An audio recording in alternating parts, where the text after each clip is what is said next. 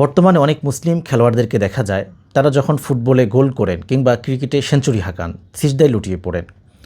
শরীয়তের দৃষ্টিকোণ থেকে এই ধরনের সিজদার হুকুম কি, আজকে আমরা সে সম্পর্কে জানবো ইনশাআল্লাহ। দেখুন, রাসূল আরবি সাল্লাল্লাহু তাআলা আলাইহি ওয়াসাল্লাম থেকে সালাতুশ শুকর কিংবা শুকরিয়া নামাজের কথা আমরা পাই।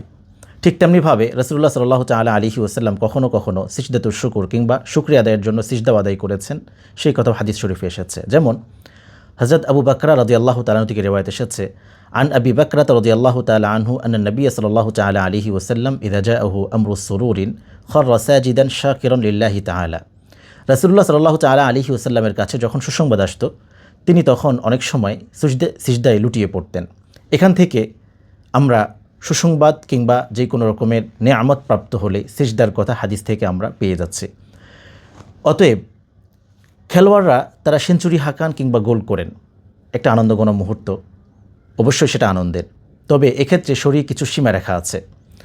শরীর সীমারেখা বলতে সিজদার জন্য, শুকরিয়ার সিজদার আদায়ের জন্য অবশ্যই আপনাকে নামাজের জন্য যেমন শর্ত রয়েছে পালন করতে হবে, ঠিক তেমনিভাবে এর জন্য কিছু শর্ত রয়েছে, সেগুলো পালন করতে হবে। যেমন আপনার শরীর পাক হতে হবে, ঠিক তেমনিভাবে উযু অবস্থায় থাকতে হবে, জায়গা পাক হতে হবে, আরও নামাজের যে শর্তগুলো রয়েছে সেগুলো পাওয়া যেতে হবে।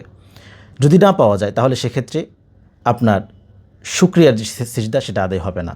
কিন্তু খেলোয়াড়রা যে সিজদা আদায় করেন, আমরা জানি যে খোদ খেলাটাই হচ্ছে একটা জুয়া খেলার মধ্যে আবার শুকরিয়া আদায়, ব্যাপারটা কেমন যেন পাঞ্ছালায় গিয়ে সিজদা করার মতোই হয়ে গেল।